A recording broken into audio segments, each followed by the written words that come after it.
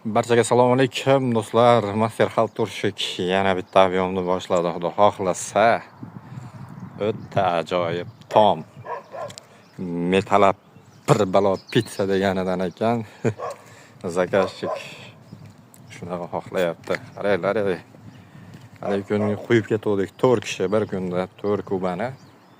Tüm bo'yli rushnoy mazza. Jo'ralar.